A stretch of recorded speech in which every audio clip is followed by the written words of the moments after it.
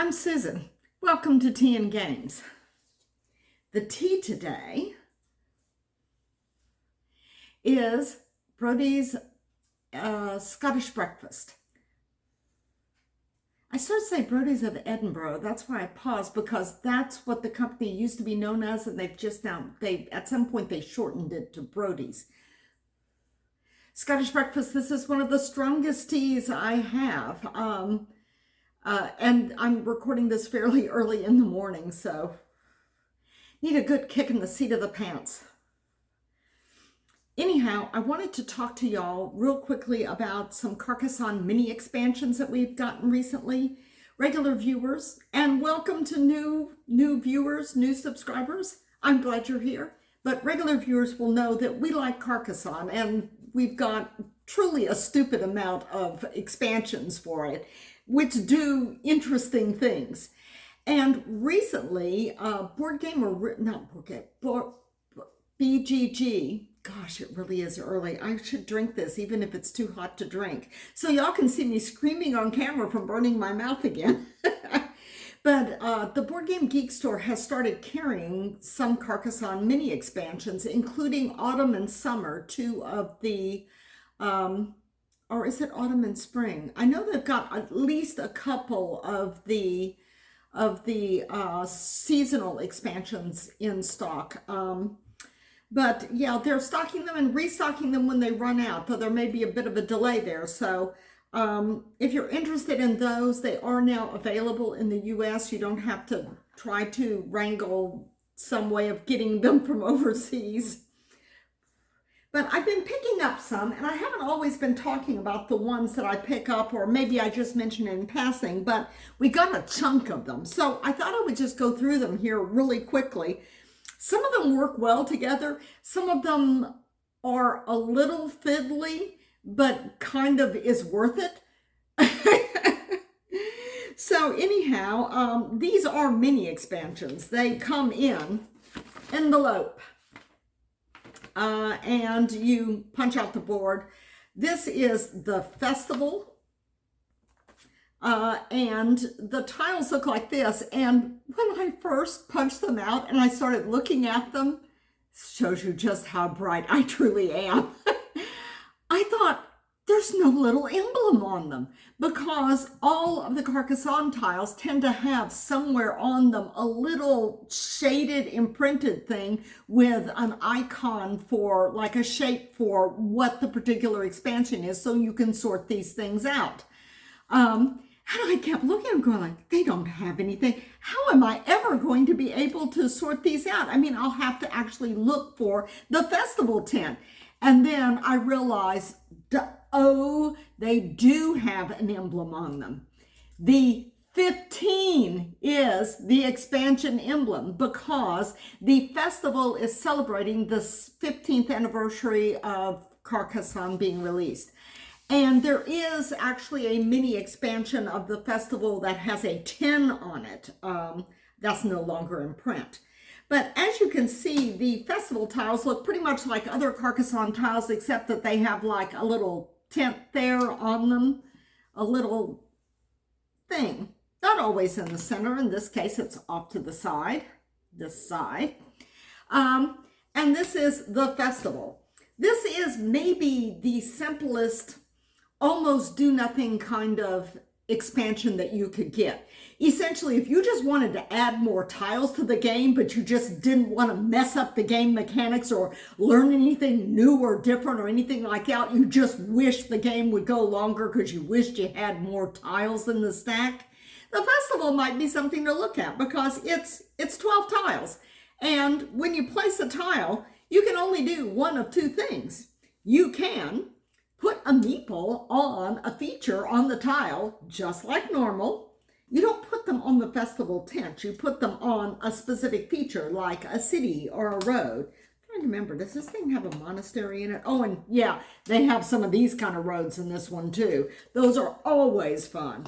Oh yeah, they do. You also have a monastery. There's most expansions and mini expansions have an extra monastery tile in there. So it's like, if you feel like that you got shorted on monasteries, maybe you just need to roll more things into the stack. But you can place things on regular features just like normal, or you can pick up a meeple that's already somewhere on the tile tableau. And that's it. That is basically the only thing you do with this. You've got 12 extra tiles. That's got cities, roads, and a monastery. You can either place a meeple as normal on the tile, or if you don't place a meeple on this tile, and I mean, you know, they're road tiles, this tile you might look at that and going like, okay, that's going to end up connected to all kinds of stuff that belongs to somebody else and I'll never get it back. Yeah, if you don't place a meeple on the tile, you can just pick up one of your other meeples elsewhere. Now, you're not going to score that meeple that you pick up.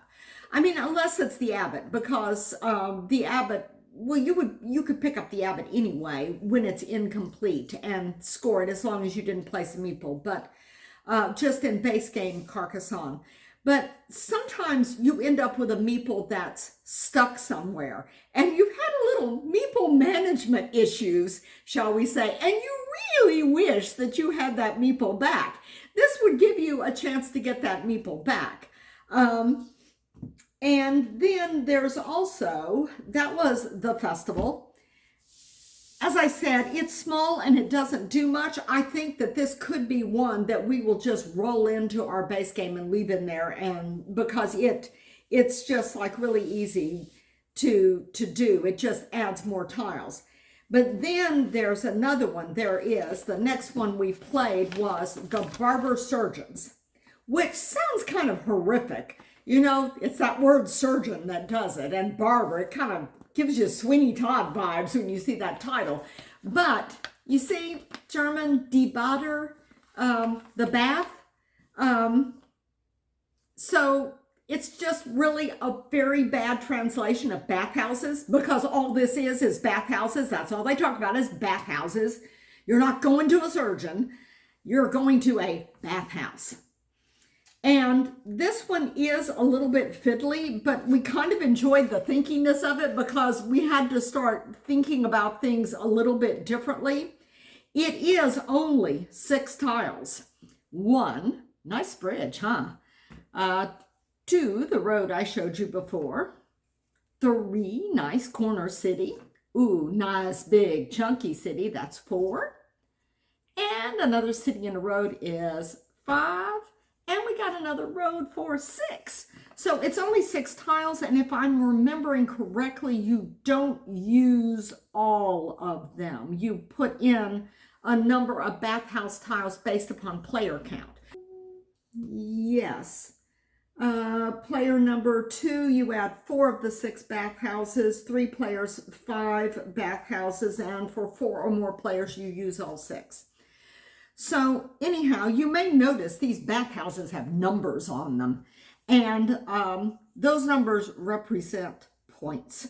And you will, when you place a bathhouse tile, you're not going to be placing a meeple on the bathhouse itself. That's one thing with a lot of these mini expansions. They will say, don't place it on this feature that is the tile feature. You place it on the things you always place it on, like cities and roads and fields. But for the bathhouses, you will, although later in the game you do put it in the bathhouse. So with the bathhouse tiles, you're going to place it, and you're going to place a meeple on a feature with a bathhouse. Now, if you placed it on a city that's on a bathhouse tile, then when that city is complete, then you will score the bathhouse.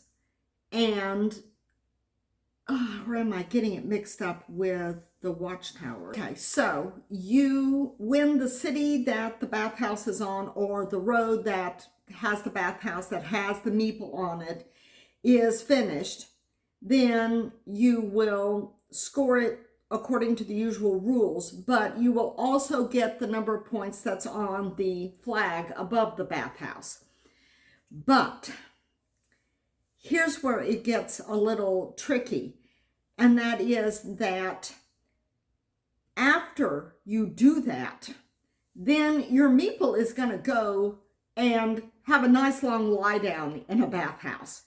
So you're going to complete the feature, road, city, whatever, and then your meeple will then, after scoring, including the bathhouse points, go to a free bathhouse. It can be this bathhouse on the tile that has the feature that was just completed, or it could be another bathhouse that is unoccupied.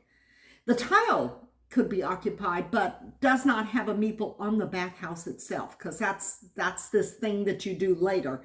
The meeple will go sideways on an empty bathhouse, and it will stay there, just luxuriating in the bathhouse until such time as the bathhouse tile is totally surrounded, like 8 tiles all the way around, like you would a monastery.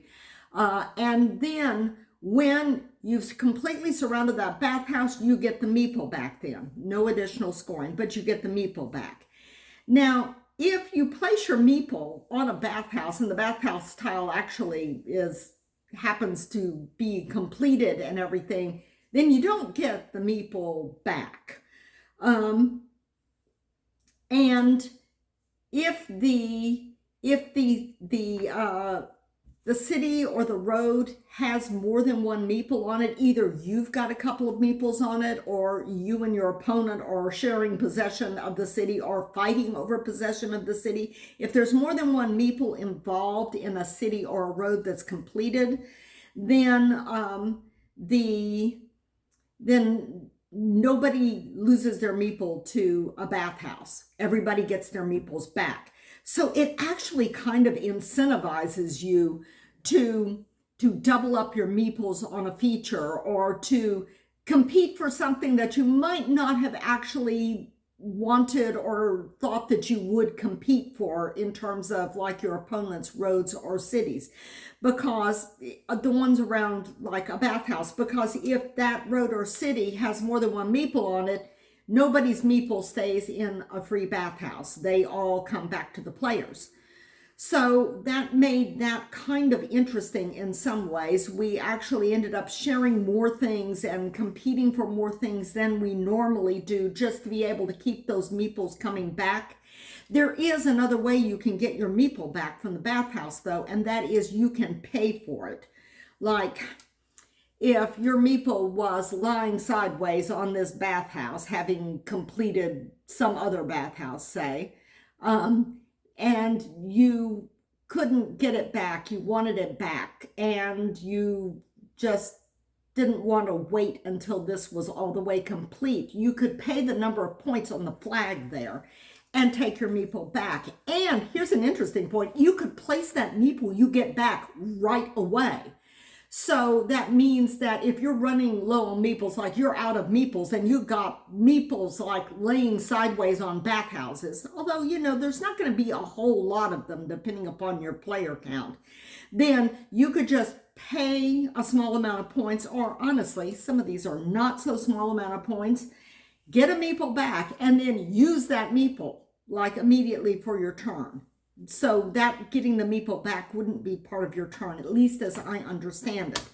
We did not have a lot of trouble with meeples being stuck in a bathhouse. I think I only had one that was left lingering in a bathhouse, like right at the end of the game, because I could get more. I mean, it didn't really matter if I got that meeple back, because I wasn't having meeple management problems. It was getting toward the end of the game.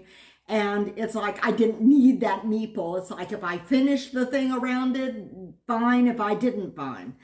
I did not feel like it was an unusually harsh complication. But after we played, where did I put it? Festival.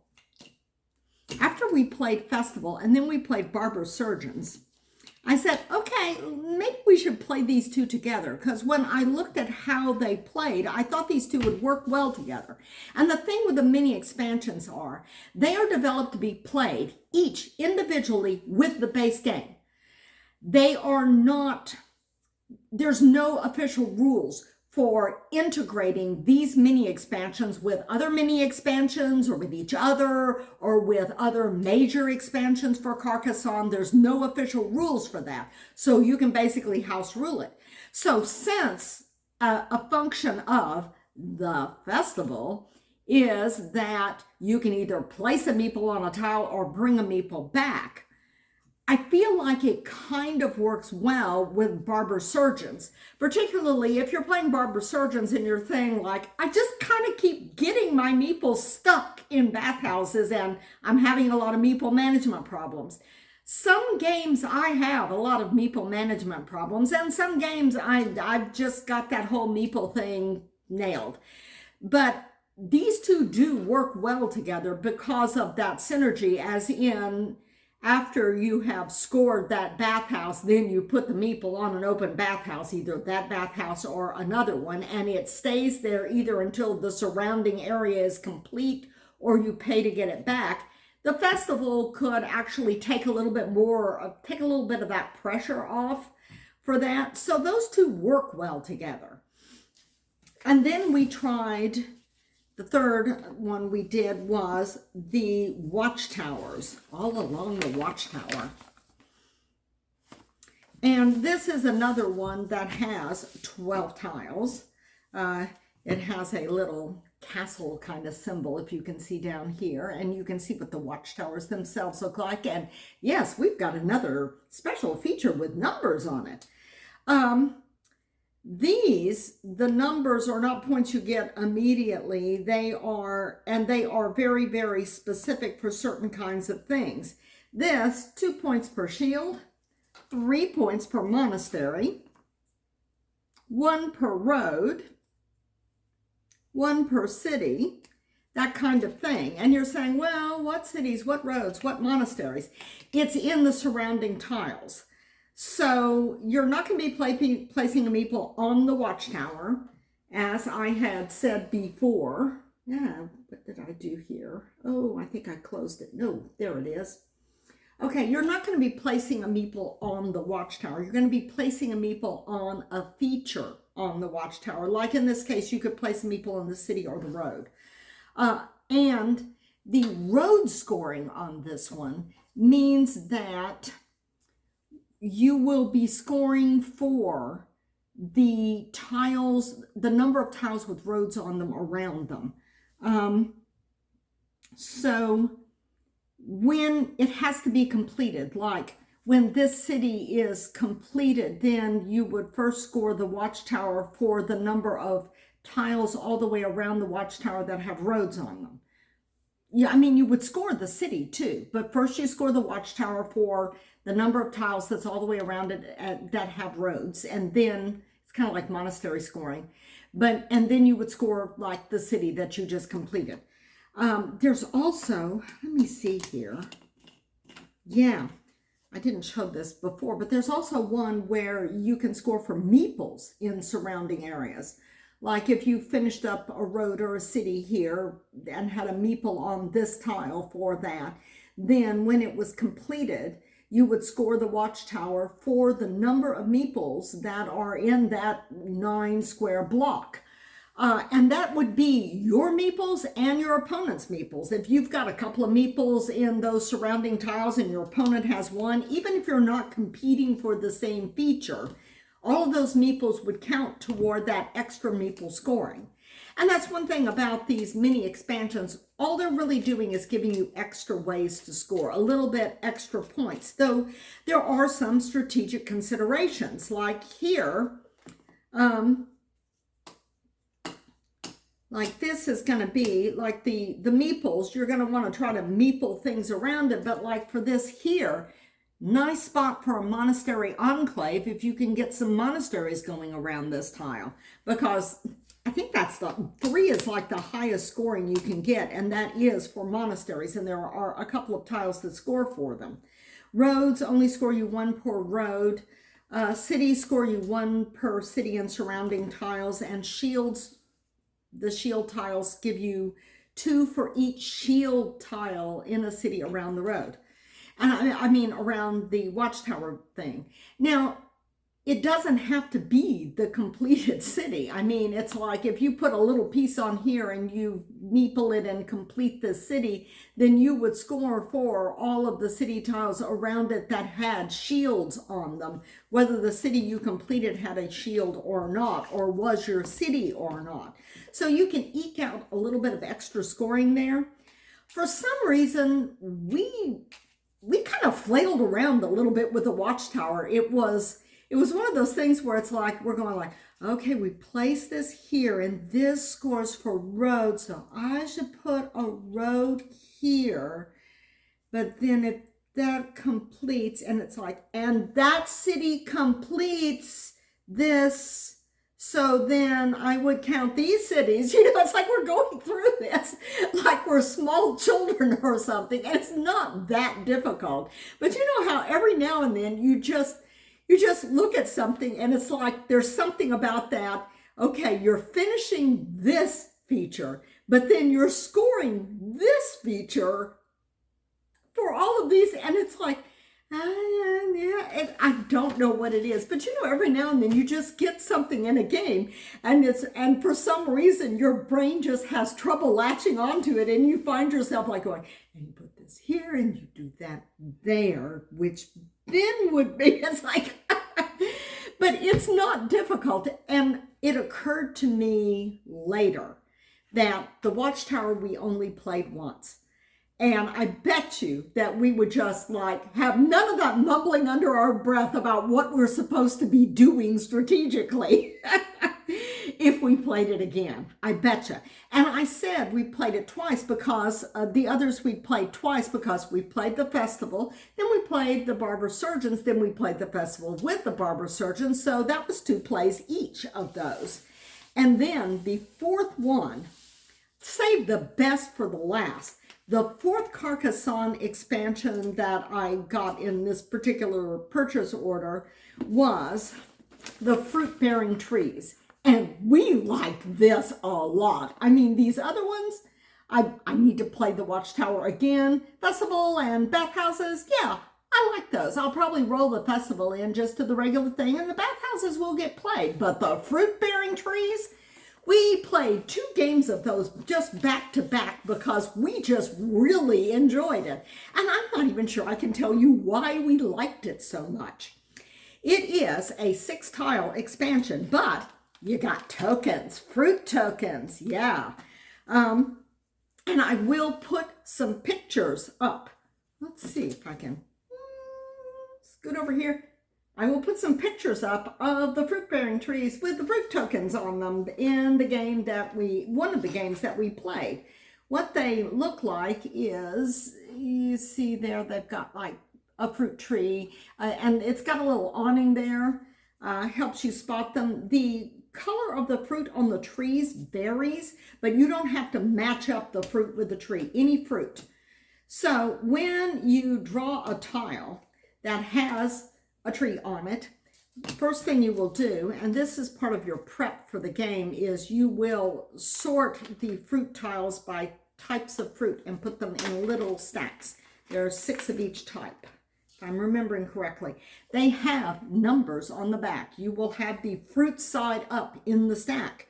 And so, like, you have placed this, so you are going to put, say, a stack of elderberry on the fruit stand thingy.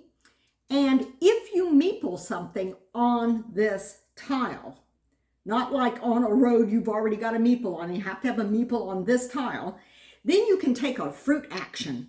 And that means you can just take one of the cherries or elderberries or quinces or I don't know what all, plums, apples.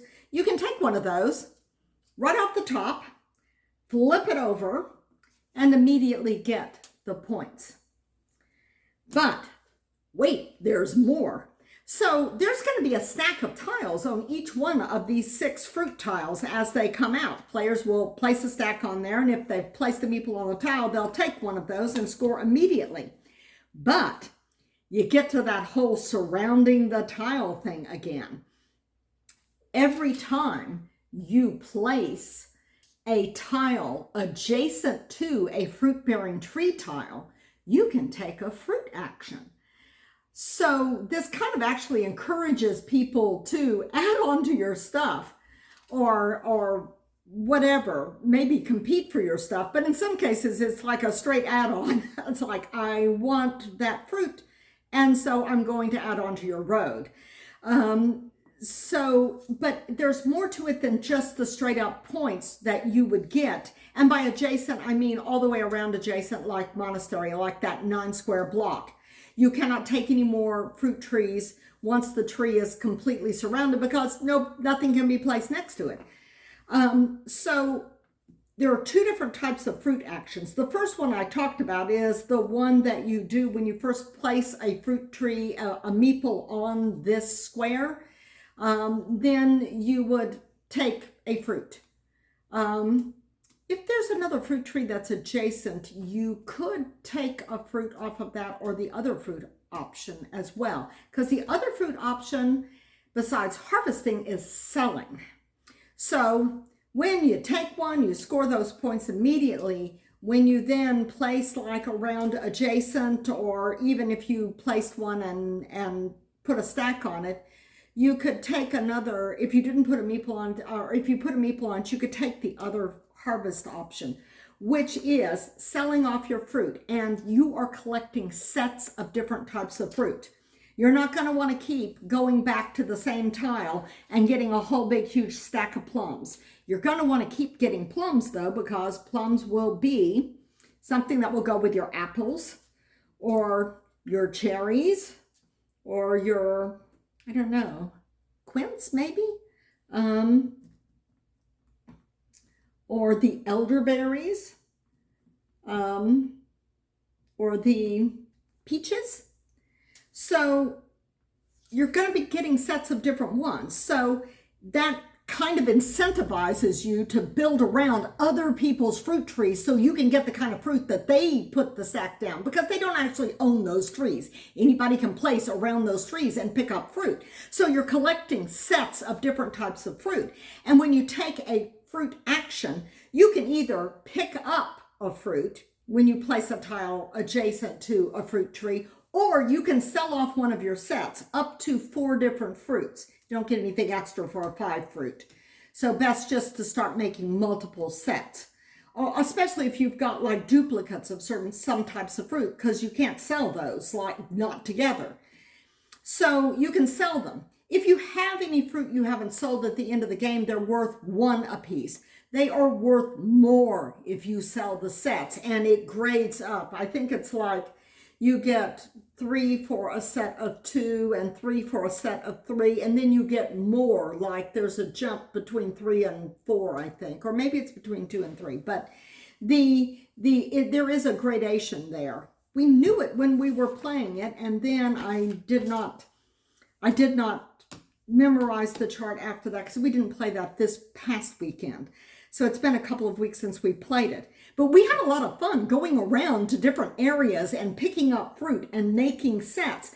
And it gave you a different type of decision making, because sometimes I'm looking at this and I'm going like, okay, so I could place this tile here and I'm going to get 2 points off of that, or 4 points for that completed city. But if I placed it there, I could do a fruit action and sell off this set of 4 that I've got and get a lot more points.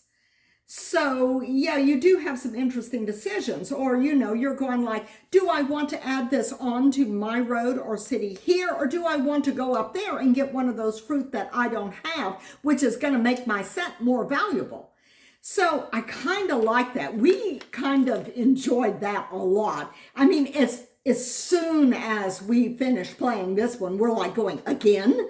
Yes, again? So it's always nice when you stumble onto something that when you play it, you immediately want to just go again. And fruit-bearing trees had that effect on us. I'm not going to guarantee that you're going to love it as much as we did, but we really, really did. The amounts on the back of the fruit, it looks like they run from 2 to 5. And those are points that you get immediately. You get even more. See, this kind of has a double dipping thing going, because you get points when you do the harvest action, but then after you've harvested some fruit, then you can like place a tile near a tree and do a selling fruit action and get even more points. So yeah, that's a really nifty thing, and I could see us playing this one a lot. But anyhow, I just wanted to let you know that we have been playing some interesting Carcassonne expansions. I will be hopefully doing another longer video about games to play on the patio or a picnic table or something like that. That I've been working on this list for a little while and dithering and everything, and I had some bad health days and had not gotten around to doing either of these. So I'm glad to at least get the Carcassonne video done, and hopefully I will get those patio games, that video done for you soon too. But it's been fun, and I will see all of y'all next time round the table. Bye.